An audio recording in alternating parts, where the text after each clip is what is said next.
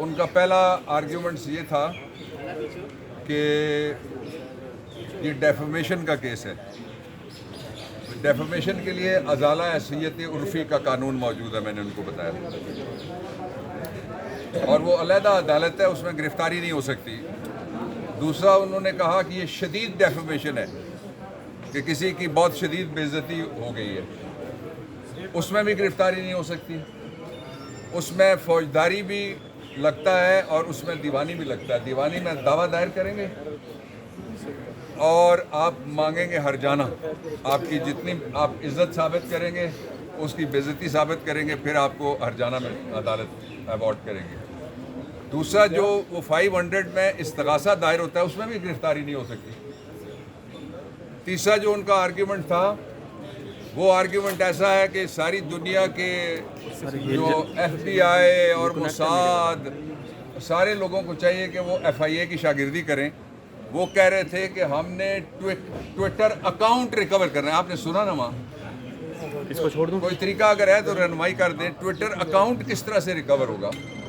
दूसरा उन्होंने कहा हमने ट्वीट रिकवर करनी है। एक ही पकड़ने होगा। और जो तीसरा उन्होंने कहा वो बड़ा इम्पोर्टेंट था, लेकिन उस पर जाने से पहले मैं आपको याद दिलाना चाहता हूँ कि 5 महीने पहले इमरान खान ने एक तकरीर में कहा था कि याद रखना तुम जितने मर्जी बूट पॉलिश कर लो, जो साइफर के ज़रिए रजीम चेंज करके आने वाले हैं, उनके जो मास्टर्स हैं, उनके जो आका है जिन्होंने साइफर दिया और रजीम चेंज जिसके नतीजे में हुआ, उनकी नज़र, मैं चूँकि काउटे का हूँ और मुझे बड़ा फ़ख्र है इस बात पे, उनकी नज़र हमारे असासों पे है। कल आप देख लें, परसों ये हुआ कि हमारा एक सेनेटर,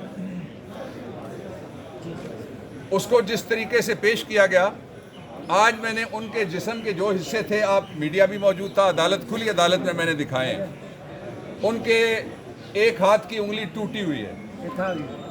डॉक्टर कहते हैं ये ठीक है।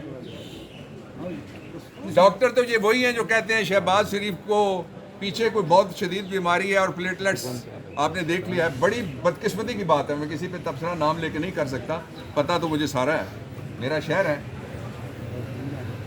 दूसरा, उनके जो टांगों के ऊपर ख़ास आलों से जो ज़रबें लगाई गई हैं, जो इंसाइज्ड ज़रब, यानी ज़ख़म वो जो अंदर की तरफ जाता है उसको कहते हैं इंसाइज्ड इंजरी, वो अदालत में आपके सामने चेयर पे खड़ा करके हमने आज़म खान को हमने दिखाया। अगला उनका आर्ग्यूमेंट ये था कि हम इनके घर में दाखिल ही नहीं हुए। तीन जगह मान चुके हैं कि हम दाखिल हुए हैं। मैंने फिर उनको, जज साहब को वीडियोस भी दिखाई और फिर मैंने उनको बताया कि मेरे और आपके मुसलमान भाइयों पे जो अमेरिका अबू गरीब जेल में जो करता है या गुआंतानामो बे में करता है, वो अपने अमेरिकन के खिलाफ नहीं कर सकता। तो FIA अगर दूसरे इदारे पाकिस्तानी हैं तो वो किस तरह अपने हमवतनों को नंगा कर लेते हैं, वो किस तरह उनके प्राइवेट पार्ट्स के ऊपर इंजरीज लगाते हैं फिर। और वो कहने लगे कि हमने नहीं मारा। मैंने कहा आप अदालत को बता दीजिए आपने नहीं मारा तो किसने मारा। इसका उनके पास कोई जवाब नहीं था। ये सवाल एक से ज़्यादा मरतबा आया साहब। जो अगला पोर्शन था इस हेयरिंग का, वो ये था, वो कहते हैं कि ये जो 131 है, किसी की तौहीन करना, किसी को इंसाइट करना, ये कत्ल से भी बड़ा जुर्म है। उसमें मैंने कुरान का भी हवाला दिया कि सबसे बड़ा जुर्म अल्लाह ताला की नज़र में है कि, और इरशाद ग्रामी सीधा है कि जिसने किसी एक को मासूम दम मारा, बेगुनाह मारा, गोया उसने पूरी इंसानियत कत्ल कर दी। जिसने किसी एक को बचाया, गोया उसने पूरी इंसानियत को बचा दिया। रसूलुल्लाह सल्लल्लाहु अलैहि वसल्लम का एक इरशाद ग्रामी है, वो मुझे एक दफ़ा सुप्रीम कोर्ट ऑफ पाकिस्तान ने माइकस लगाया था, अदालती मुआवन, उसमें मैंने तहकीक करके बताया कि आपका फरमान ये है कि अगर फलां वादी के सारे लोग जितने भी वहाँ रहते हैं इस कत्ल में शरीक हैं तो सारे मुल्ज़िम हैं बराबर के। तो ये उनके आर्ग्यूमेंट्स थे। इसका मतलब ये आर्ग्यूमेंट्स नहीं है। फिर वो कहने लगे जी कि ये आप जो ये चूँकि सियासतदान है आज़म स्वाति साहब, इसलिए सियासी गुफ्तगू हो रही है। मैंने कहा असी सियासत करने अपने पैसे थे, तू तनख्वाह छड़ ना, थले आ ना, इस्तीफा दे ना, अपनी पॉपुलरिटी आजमा ना, तैनू किसे डकिया? हमारे पैसों से, हमारे टैक्सों से। मैंने 25 मई को एक ब्यूरोक्रेट को भी कहा था, मैंने कहा इसलिए नहीं गोलियां तुम्हें दी, इसलिए नहीं तुम्हें लाठियां दी कि हम पे चलाओ। और फिर ये बात भी आई कि जितना जोर स्वाति पे लगाया जा रहा है इतना स्वात पे लगाना चाहिए। जो इस वक्त पाकिस्तान को कहां पहुंचाया इन्होंने। जो सेनेटर स्वाति वाला वाकया हुआ है, दुनिया इसको बड़ा संजीदा समझती है, इसलिए कि जो सेनेट ऑफ अमेरिका है उनका ऐवान बाला, वो पार्लियामेंट के किसी दूसरे ऐवान को, सुप्रीम कोर्ट ऑफ अमेरिका को भी, जो किसी उनकी अपनी रियासत की हर की सुप्रीम कोर्ट अलग है, फेडरल कोर्ट कह लें, किसी को भी इजाज़त नहीं है कि वो सदर को नायल करे, उनका सेनेट नायल कर सकता है। वो सोच ही नहीं सकते कोई सेनेटर बेलबास हो सकता है, किसी को सेक्सुअली हैरेस किया जा सकता है प्राइवेट पार्ट्स पे मार के, किसी की चीखें रिकॉर्ड की जा सकती हैं, किसी की वीडियो बनाई जा सकती है। फिर मैंने जज साहब को ये गुजारिश की, मैंने कहा सिर्फ एक नाम वो कहते हैं ले लो, जो भी पकड़ा गया, पहले गिल ने भी बताया था, और आजम खान जब भी आते हैं पूरी रुदाद आमिर काउंसिल, उनका राइट है आर्टिकल 10 का, मैं सुनता हूँ उनकी कि क्या पूछ रहे हैं।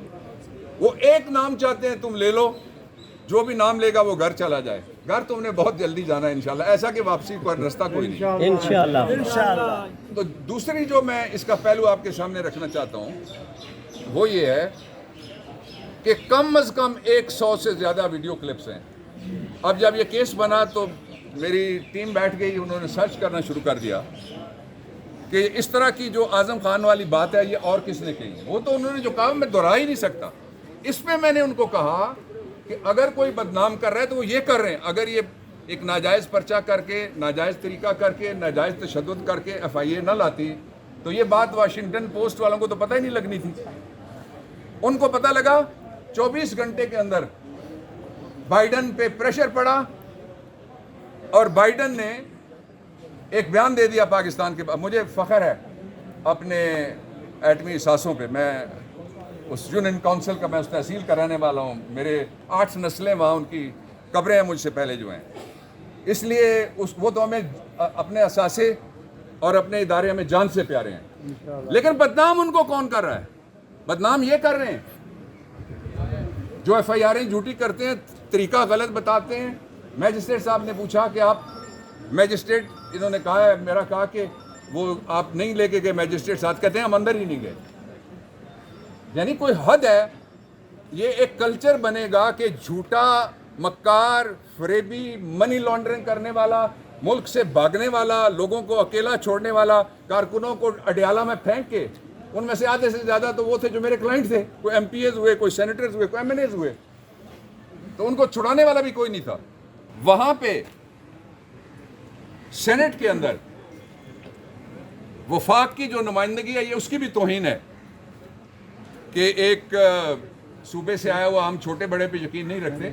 पंजाब अगर आबादी में बड़ा है तो रकबे में बलूचिस्तान बड़ा है। मेरे लिए तो ये वाली आंख भी और ये वाली आंख भी बराबर है, और ये 10 की 10 भी मुझे बड़ी प्यारी हैं, इसलिए हम वो तकसीम नहीं करते।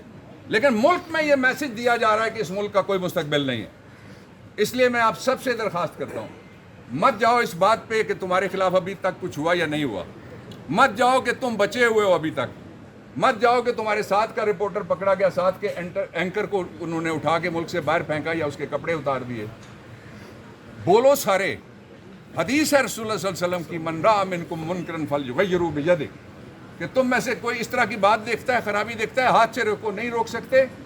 अगला जुमला ये है, जुबान से उसको बुरा कहो, जुबान से तो बोलो, और फिर इमरान के जरिए तो बोलो। एक बंदा अल्लाह ताला ने आपको कलंदर, मलंग, दलेर दे दिया है जो किसी चीज़ से नहीं डरता, मौत समेत। और ये फिर इनमें से आप सारे ऊपर नीचे रख के देख लें, इनके जितने भी PDM के लोग हैं, मैंने अंदर भी कहा, मैंने कहा कि इनके बाप का पाकिस्तान नहीं है। इसलिए कहा कि इनके बाप तो पाकिस्तान बनने के मुखालिफ थे।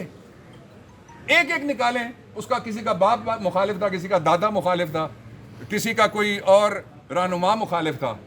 हम उनकी औलादें हैं जो पाकिस्तान के अंदर रहे, जो पाकिस्तान के अंदर रहेंगे इंशाअल्लाह। इसलिए ना कोई घबराने की ज़रूरत है, इसलिए कि आज़म स्वाति बड़ा मजबूत बहादुर आदमी है, ये मैं बिल्कुल आपको बड़ा मजबूत और बहादुर आदमी, उसी तरह का एक बहादुर आदमी और मजबूत आदमी मेरे साथ खड़ा है दाएं हाथ पे, उमर अयूब खान। ये दो लोग हैं जिनके ज़ख्म मैंने अपनी आंखों से देखे, जिनने मुझसे शेयर किए थे। उमर अयूब खान ने भी अभी तक पर्चा नहीं हुआ,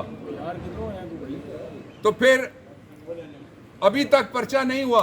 आजम खान स्वाति को मारा गया, आजम ने 25 मई को, उसने वो लोग लिखे जिन्होंने मारा, उनको आइडेंटिफाई किया जिन्होंने मारा। नहीं किया गया, उसका नतीजा निकला कि सेनेटर अगवा भी होता है, सेनेटर मोलेस्ट भी होता है, सेनेटर स्ट्रिप ऑफ भी होता है, और सेनेटर के ऊपर कस्टोडियल टॉर्चर भी होता है। ये मेरा कोई मसला नहीं है, मुझे अल्लाह ताला की मेहरबानी है इतनी, जिसका हिसाब भी नहीं है, कि मैं छुट्टी वाले दिन भी आके कचहरियों में और ये लड़ाई लड़ूं। ये लड़ाई ऐसी है